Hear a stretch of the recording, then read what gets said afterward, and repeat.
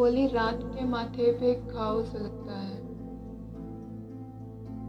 मैं बोला, चांद से इतनी शिकायत क्यों हुई तुमको?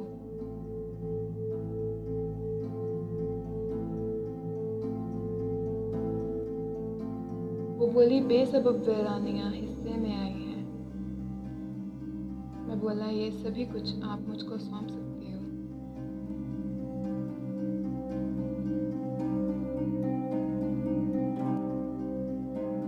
वो बोली, घर की दीवारें बहुत खामोश रहती हैं।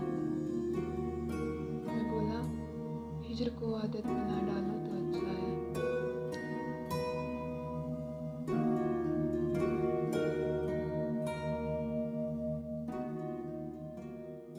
वो बोली, खुशबुएं एहसास की ममनून कब होंगी? मैं बोला, जब कबूलियत तेरे मुस्कान खोलेगी।